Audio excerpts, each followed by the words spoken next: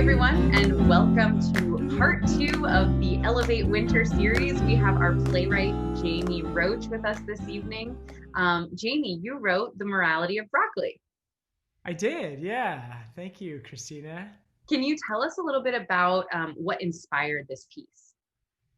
Totally. So I think I often feel powerless when it comes to the environmental injustices, and the only power I feel is as a consumer. And so I try to be as conscious of a consumer as possible. And I feel like when I walk into a grocery store, I instantly get flared with a lot of neurotic thinking, overthinking, because there's so many, in my mind at least, there's so many choices to make between being healthy for yourself, being healthy for the planet, being conscious about how it's grown, who grows it, how, there's so much that is connected when it comes to the grocery store. And there's so many labels and ingredients and things you have to sort of root through and figure out as you're shopping that I thought, this can't just be me. So that's why I wrote the play because I just wanted to see this is a phenomenon that more people are also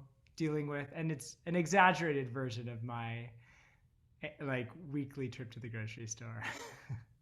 Totally get it. Totally. I can imagine in myself as well, right? I walk into the store, especially if I'm trying to be health conscious or on a specific type of diet. It's really challenging to find the right ingredients, the right sourcing, and all of those, the right price as well. Right. And there's so many tricky labels, right? Everything's trying to lure you in and tell you that it's the right product, but it's like I feel like they're trying to trick me, and so I'm trying to look beyond the smoke and mirrors and figure out what really is the best. Can you tell us a little bit about the piece without giving too much away? Sure.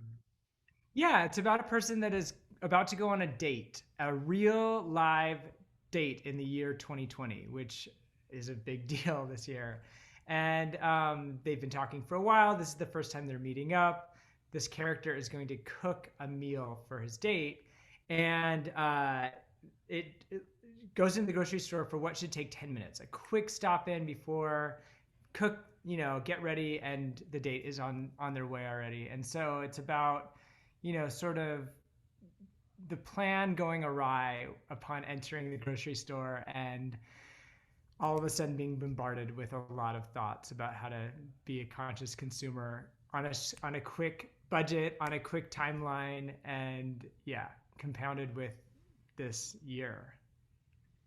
That's really fantastic. I think a lot of folks can relate to dating now in 2020 is really challenging. And so when you first finally actually meet someone and you get to meet them and then have dinner with them, what would that be like? And all the butterflies that go with that. And then I think, the choices that you have to make in the grocery store is also something that we can all relate to this year as well, right? We've had food shortages, we've had supply shortages and supply chain challenges. So I can imagine there's a lot of folks who have some interest in how we're using this story to explore environmental health justice, consumer consciousness, and things of that nature. 2020 has magnified the grocery store and especially made it essential, right? The essential workers are those grocery store workers that are continuing to supply groceries. And I think we've become so much more aware of how connected we are to, yeah, our dependence on grocery stores, who are dependent on farms, who are dependent on farmers. And there's this chain that we sort of ignore until it becomes essential. So I'm curious about your struggles at the grocery store. You mentioned that sometimes you have a lot of thoughts going through your head. And so perhaps you could tell us two things. One, what is your favorite vegetable? Since it is the morality of broccoli, is it broccoli? And then also, what are some struggles that you have with the grocery store choices and things like that? So yeah, I mean, this story doesn't stray very far from my own neuroses. Broccoli is totally my favorite vegetable. I've always loved it, and yeah, you'll see in the story all of the loves and the challenges of shopping for broccoli come out in real life. And another one that comes out is this, and I have an example of this because we just went to a grocery store and filmed a segment for this production of Morality of Broccoli. And while shopping, we had to get the ingredients. So it's like organic lettuce that is out of a box versus lettuce that is in a box, which is 3 times washed and organic. And generally, like, it's harder to find organic of this varietal, and you have to wash it.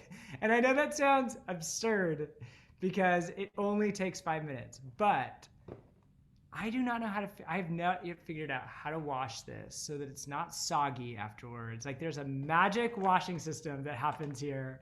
And yet, all of this plastic, right? Like, it's so bad for the environment, but it's so much easier to get. It's organic, it's ready to go. It's not gonna get soggy. So that's a dilemma that happens in the play. I mean, to give that away, but it goes deep. A lot of rabbit holes are taken in the course of trying to figure out, like, what do you buy when you are weighing time and price and all of the things. No, that's fantastic. I absolutely love it. I also have not figured out how to make how to wash lettuce without it getting super soggy.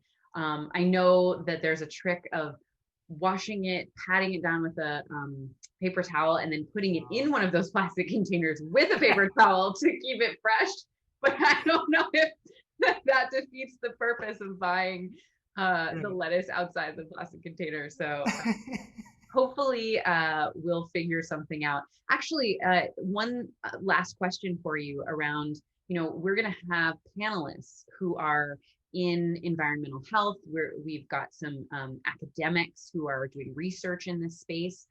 We have folks who are interested in farm to table food sourcing. And so I'm just curious, what question would you really hope that the panelists answer as being the artist and the playwright that put this piece together?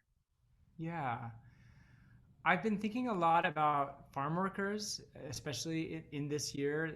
They've continued to be the heroes that they are, and essentially, now they're really essential workers. And farmer rights are something that I'm curious about. I mean, as a consumer, trying to be a conscious consumer, that's something that I try to be conscious about. But there's not a lot of, I've been doing some research, but there's not as much information out there that I would like to see around that. And then also just how to balance things. I think, I don't want people to leave this, and I'm so glad there are panelists to help with that, but I don't want people to leave this story being like, oh yeah, it's just really hard and not worth spending all of that time trying to be a conscious consumer. And I don't want that to be, I still spend the time, and it gets easier once you sort of like figure out what things you want to buy. But I think it has to do with like how to find that balance, right? Because there's got to be a balance, and like, yeah, coming down to weighing time, money, the environmental impact, the impact on farmers, the impact on these essential workers that work at the farms. How do we tie all this together in a way that we can find some balance and some grace around it and try our best? Fantastic. Well, that is awesome. I hope that gives our audience a quick peek into part 2 of the Elevate Winter series, the health of our planet, our people, and our pocketbooks. We hope to see you there on December 10th at 5 p.m. Pacific or 8 p.m. Eastern. We'll be live streaming to YouTube. Can't wait to see you there with The Morality of Broccoli by Mr. Jamie Roach. Thank you again for joining us. Thanks, Kristen.